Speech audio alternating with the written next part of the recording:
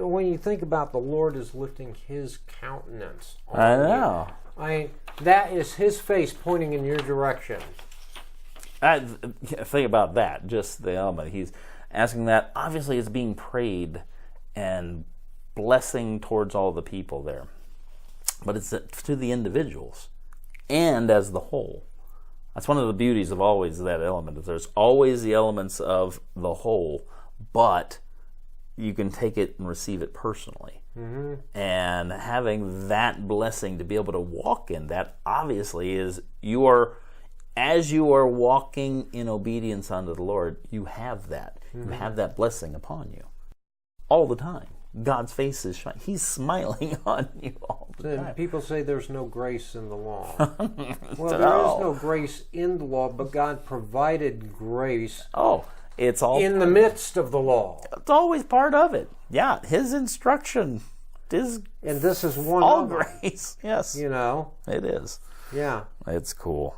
That's fantastic. That's cool.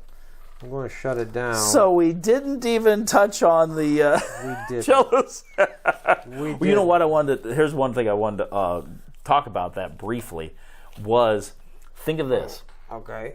I'm there.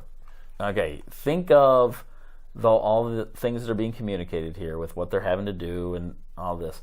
Think of the woman caught in adultery when Jesus is confronted there, mm-hmm. and they're trying to trap him in this thing.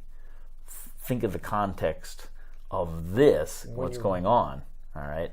Yeah. And try to lay that template together and see what Jesus is doing, because they're trying to throw him. Yes, this is definitely a trap. Yeah. Definitely a trap, because the standard... Because is what Jesus is doing all of a sudden is he negating what the Torah is instructed to do? Or is he actually fulfilling what should be happening within that? Because you never know what he actually is writing. You know how he twice writes in the sand? Well, and again, the priest writes it in the book. Mm-hmm. Now, it makes you wonder what's being communicated through here. I say that's a fascinating thing to think about of that occurrence. Now, she was caught, but this pertains to somebody that you have very strong suspicion of, but there is no evidence. Look at the element there with regard to that. Is there saying they say she was caught? Yeah. They are saying she was caught. And are you trusting what they say?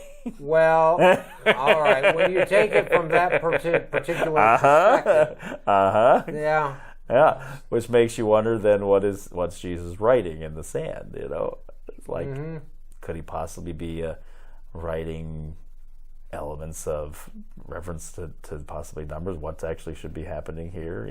There's some interesting little thoughts to regard to that. So you got to reread that story. Yeah, but in light of Numbers, read that story with regard to that and see what comes to mind. That's very interesting. As a matter of fact, maybe for next year, this should be our emphasis. For next year. Yeah. Since we just basically skipped that one entirely because you knew it was going to take way too long. Oh, way too long.